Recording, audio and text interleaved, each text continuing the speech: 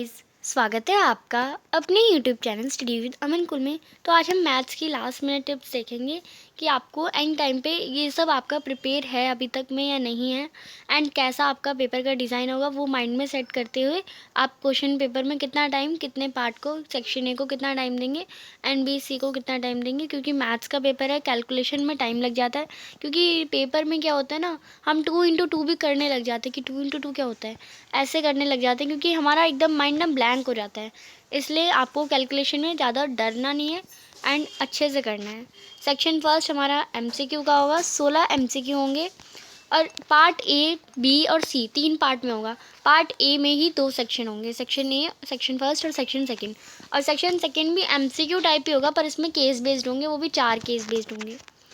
Part B जो है वो ऑब्जेक्टिव टाइप है, उसमें 8 क्वेश्चन होंगे, 1 मार्क के होंगे। अब ये नहीं ऑब्जेक्टिव टाइप की ऑप्शन दे रखे हैं, आपको सॉल्व करने के लिए भी दे सकता है, आपको 1 लाइन 2 लाइन ऐसे भी जो आंसर्स होते हैं वो दे सकता है।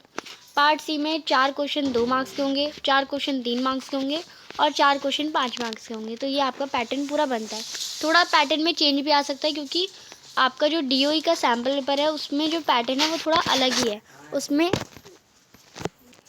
उसमें जो पैटर्न है ना वो पूरा 80 मार्क्स कंटेन नहीं करा, तो पर आपका तो पेपर 80 मार्क्स का ही आएगा। तो मैंने उसके हिसाब से कैलकुलेशन करके, थोड़ा चेंज भी हो सकता है, डीओई की तरफ से है तो वो अपनी तरफ से, पर सीबीएसई में ऐसी कभी कोई गलती नहीं होगी। फार्मूला शीट सारे आपको क्वेश्चंस लर्न करने हैं। जो मैंने आपको एक फार्मूला शीट की एक वीडियो बनाई है उसमें सारे फार्मूले लिखे हैं, वो भी आपको बस 2 पन्ने के फार्मूले और 2 मिनट में याद हो जाएंगे आपको, इसलिए मैंने वो बना दिए। आपको सारे याद कर लेने हैं, बस 1 घंटे में उसे एक बार लिख लेंगे और रिवाइज सारे हो जाएंगे। सारे बेसिक चैप्टर्स और इम्पोर्टेंट टॉपिक्स और इजी टॉपिक्स पढ़ लीजिए। वो आपके लिए जो मैंने बेसिक टॉपिक्स के बारे में एक वीडियो बनाई थी उसमें ही मैंने बताया था कि कौन कौन से टॉपिक है जो आप जल्दी से कर लेंगे एंड उसमें स्कोर कर सकते हैं। कैलकुलेशन बस मैथ्स में क्या होता है, बस कैलकुलेशन का खेल है और कुछ नहीं है। मैथ्स में कैलकुलेशन आपकी फास्ट होगी और फॉर्मूले आते हैं तो आंसर 2 मिनट में कर लेंगे। समझना है तो वो समझ, अगर क्वेश्चन समझ नहीं आ रहा तो किसी से पूछ लो, अपने टीचर से पूछ लो या अपने दोस्त से पूछ लो, एग्ज़ाम में पूछ लो। बट आंसर ये नहीं कि किसी को आप पूरा आंसर बताए जा रहे हैं कि इसका ये होगा, पहले ये पार्ट लिख फिर ये पार्ट लिख, आपका पेपर भी नहीं होगा, किसी और का भी नहीं होगा।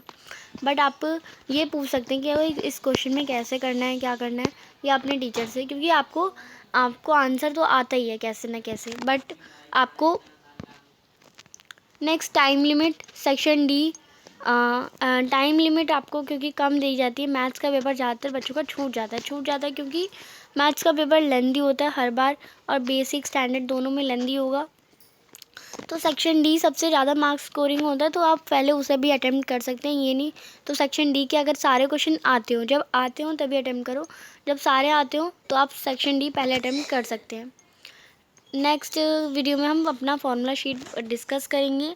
आई होप आपको ये टिप्स अच्छी लगी होंगी। चैनल को अभी तक सब्सक्राइब नहीं किया तो प्लीज़ चैनल को सब्सक्राइब ज़रूर करें। कोई भी डाउट हो कमेंट सेक्शन में पूछ सकते हैं। Thanks for watching, bye bye guys.